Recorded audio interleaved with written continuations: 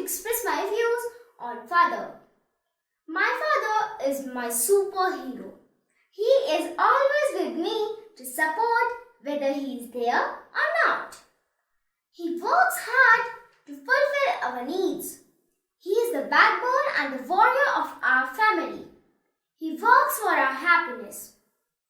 Sometimes he is like a bitter medicine in disease to keep us in the right way.